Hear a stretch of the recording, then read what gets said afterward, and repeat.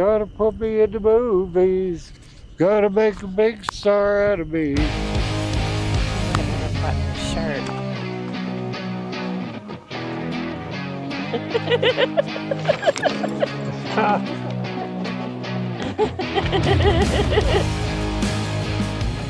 Hi, I'm Chris. And I'm Melissa. Together we're Hangry On Wheels. Welcome to our travel and food vlog. Here we've combined our shared passions in the pursuit of good eats and great escapes, even if both are close to home. This week on a special episode of Hangry On Wheels, the turns have been tabled on Hangry.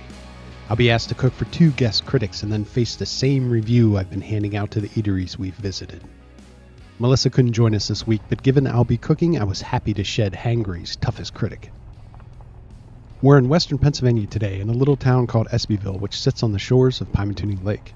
According to the website, crawfordcopa.com, a genealogical tour of Crawford County being compiled by Tom Yoset, Espyville was a stop along the Erie and Pittsburgh Railroad.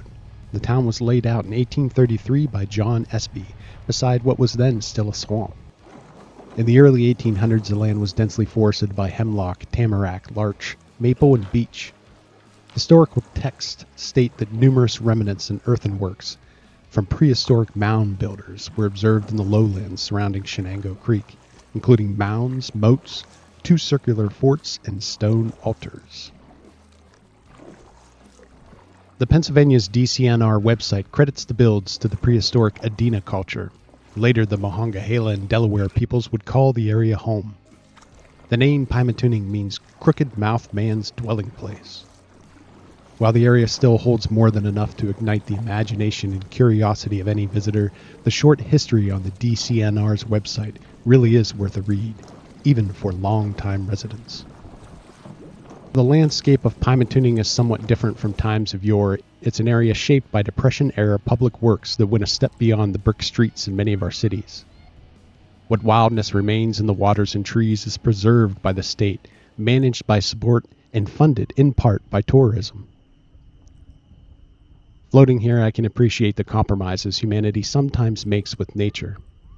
This sunset just wouldn't be the same experience if taken in from a Dollar General parking lot.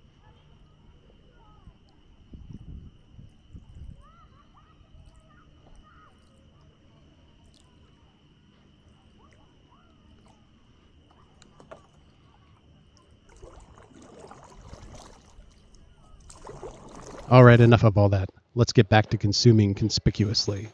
We're getting hangry. We're done flip-flopping, floating, and paddle-slapping. Let's start flat. Censored. Hangry is tasked with cooking, and I'm not pulling any punches. There are some obstacles to overcome in the kitchen, like constant interruptions from my critics, a broken microwave, and this store-bought pancake mix from Sam's Club. I usually make my own pancakes from a secret recipe developed and extensively tested over the years, so I'm rolling the dice here. Let's see what you got, members mark. The mix might be different, but the consistency is the same. It goes like this here. No, wait, okay, like this here. Pancake mix is mixed and ready. Time to crack a few eggs. Okay, all the eggs. I dumped in a splash of milk and then added to a pan on even heat. I picked this up on one of the cooking shows Melissa makes me watch. This is going to be a sort of pan-fried souffle. Mix the eggs well to introduce air into them. Just like Julia Child would. And then keep them moving in the pan so that they stay light and cook evenly.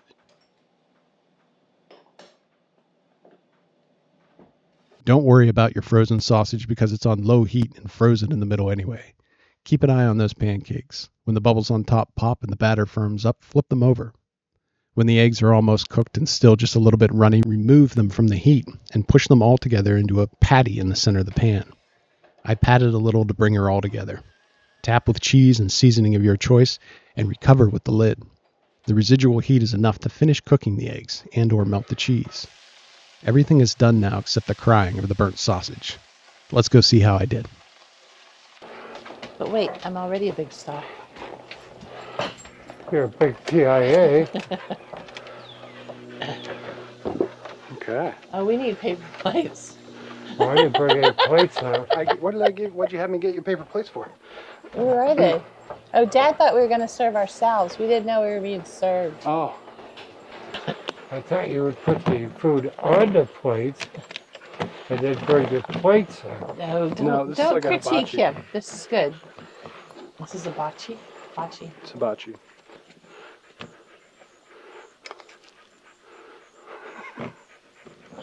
That's all you get. I really didn't even want eggs, but I'll be forced.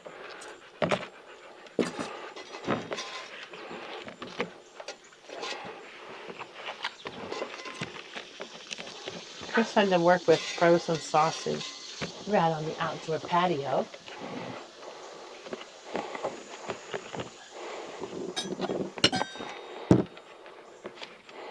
Sausage, a little overdone. And why do we think that might be? Because you cooked it too long. Did someone set this frozen sausage out? I don't know. Did you? Someone's microwave isn't working? Yes, someone's microwave isn't working. All right, everyone's still going. So, are you giving your review while you're eating? I'm just making comments. And this is this the maple syrup from Livingston. here in town, Livingston? Yeah. Do we know who makes this though? There should be a sticker on the back. Uncle Bob's Maple Products. 668 Kinsman Rd, Jamestown, PA. Oh, Livingston must not make their own anymore. Did they make their own? I think they did at one time. Maybe not. I'm having the good stuff. Me too. Don doesn't like the good stuff. Is Are that you weird? serious? He likes just stuff that's not good for you. Oh, it's a thin syrup. Mm-hmm. Okay. I've heard that I'm a loyal Mrs. Butterworth. the further south you go, It's not really syrup, honey. the thinner the syrup gets. Oh, really? But yeah, further north you Well- go, the thicker it is. Jamestown is a little south of us. Yeah. Well, I mean north, like I Maine, Vermont, all that.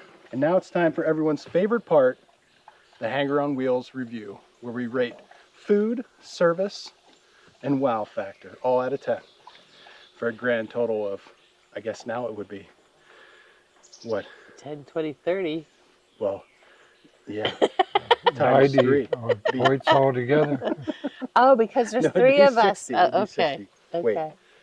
It'd be 90 if you're going to No. review. Are you reviewing?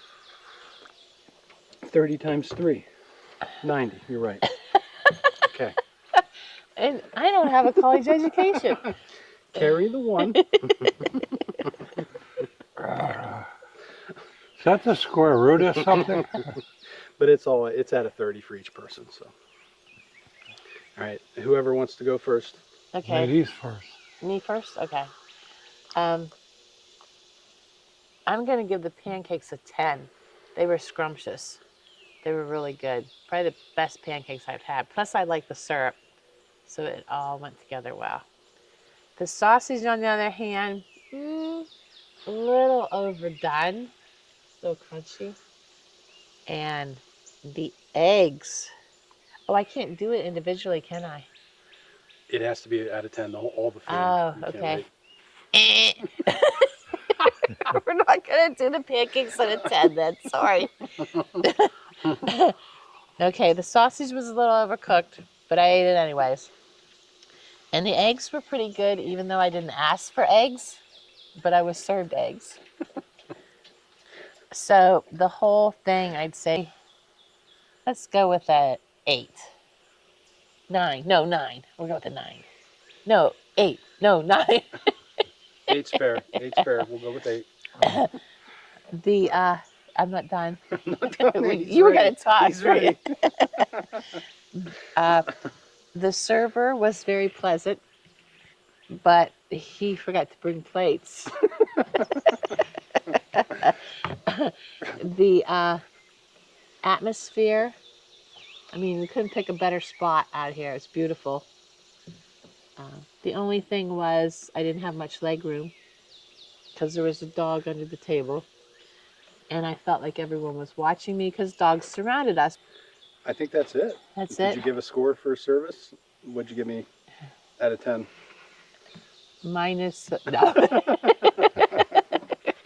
I give you a, wait, you cooked it. It was my birthday breakfast. And I say 9 because I love you. All right, and what out of 10 for the 10. wow factor? 10. 10 for wow factor? I'll put up with the dogs because I put up with them every day. But yeah, so even though I couldn't stretch my leg out, 10. I like that you still had complaints even though it was a 10. Even when you're pleased, you're not pleased. And That's right. That's what we want in a critic. There's always room for improvement with the 10. Okay, I'll let you speak now, honey. You are now allowed to speak. I got nothing to say. The food was probably a 9 because the cook concentrated more on his camera work. He really needs a separate film crew instead of, well, he burnt the sausage. But I that's the way I like it. So I guess I'll go 9.5. Can I do that? You sure? Yeah, sure can. I have a calculator at home, so I'll be able to. Okay. The service, well, he forgot to bring the plates, but he was pleasant for the most part, except for when he was very unpleasant. And the ambiance could not be beat. So overall, I guess I would have to give it a 32. Wait a minute. That doesn't add up. Oh wait, 32 and a half. It'll be corrected later. Oh yeah, you forgot your half. I think I'm going to give this one my second perfect score. I think I did an excellent job and served myself well and really enjoyed the meal. And the company. Yeah. Well, you know, the company was a little lacking. You know, I'm going to take off 1 point for the table. Yeah. I think the card table was really difficult to eat on. Yeah, it did what it was, yeah. Also, I'd like to point out that most Americans eat wrong. They hold their fork in their right hand and their knife in their left. Then after they cut it, anyways, you should have the knife in your right hand and your fork in your left. So you cut it and then you spear it and then you eat it. Where the other way, you cut it and then you spear it and then you eat. But wait a minute. Cut. You don't have to make it better. Dad and I took care of it.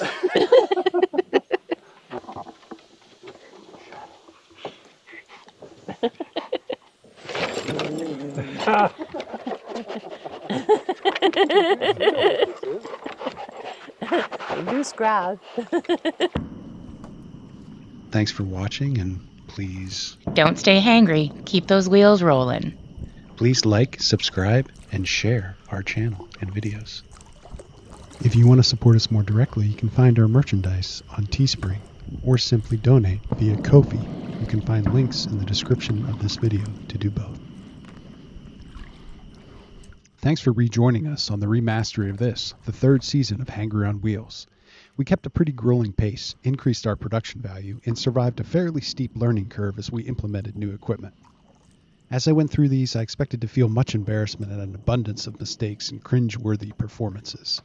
Instead, I felt pride at what we produced in such a short amount of time, surprised at how quickly Hangry evolved, and gratitude that I was able to spend so much time with those I love. Giving Hangry On Wheels a new home also allowed me to fix a few mistakes, shorten the videos in the interest of making them more YouTube friendly, and gave a lot of these businesses we visited some additional airtime. One of the many cyclic excuses given to new creators for the failure of their endeavors is that their channels are too broad and not niche specific. If it's not part of the current stratagem, it will be again in a year or two.